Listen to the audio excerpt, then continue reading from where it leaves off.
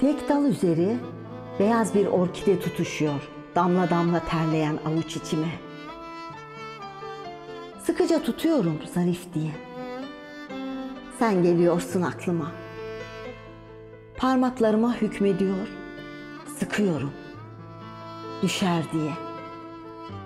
Sen geliyorsun aklıma. Sana gelecektim dün gece. Şahidimdir tüm saflığıyla orkide.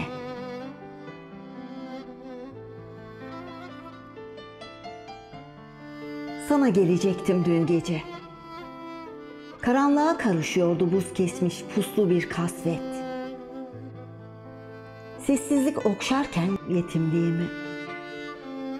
Kulaklarımı tırmalıyor köşeyi dönmeden daha matruk evdeki küçücük ağıt. Annesinin çaresiz kucağına sığınmış çocuğun gözlerinden kan damlıyordu. İnsanlığın beyaz damgalı alnına. Utandım. Utandım elimdeki berrak çiçekten. Yığılıp kaldım köşe başındaki unutulmuşluğun arafına.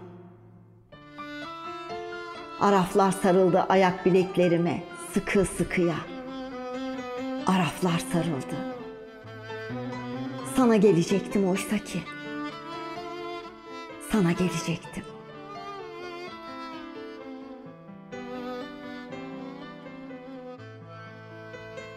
Sana gelecektim dün gece. Pahalı elbiseler giymiştim. Yolum sanaydı çünkü. Çünkü sen sevgiliydin. Beğenmeliydin beni. Bu düşünce ne büyük bir kaygıydı.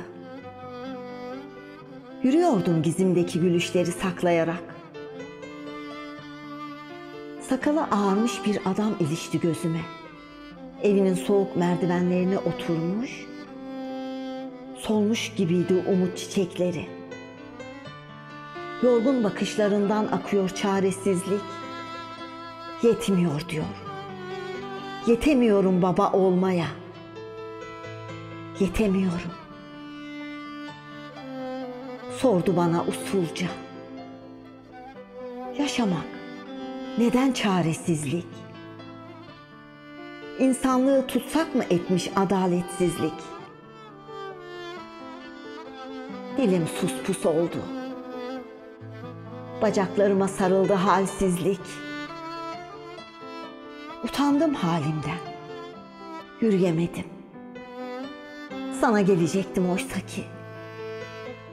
Gelemedim.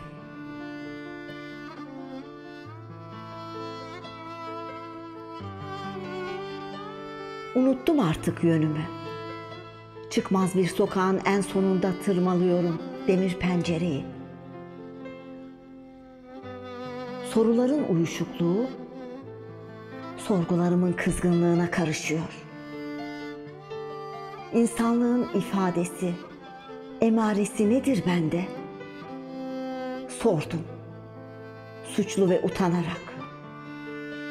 Küçücük bir tebessüm olabilmiş miydim bir annede? Küçücük bir tebessüm olabilmiş miydim? Haraç mezat satılırken bir kadın, çaresizliğe uzanıp çare olabilmiş miydim bir elde? Sonu gelmeyen, bitmek bilmeyen kirli kokular akın akın geliyor her sokak arasından çürümüşlüğümüze. Akın akın geliyor. Ben neyim?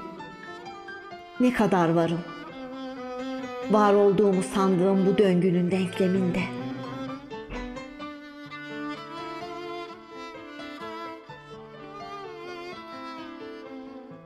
Dün gece sana gelecektim halbuki. Birkaç güzel söz de öğrenmiştim şairin birinden. Söyleyecektim görür görmez saçlarının ucuna isyankar, firari sözcükleri söylene söylene. Seveceklerim vardı parmak uçlarını. Sana benzettiğim orkideyi sürerek sevişecektik sabahlar gibi suskun ve üryan. Aşka anlamlar yükleyecektik. Ateş kırmızısı.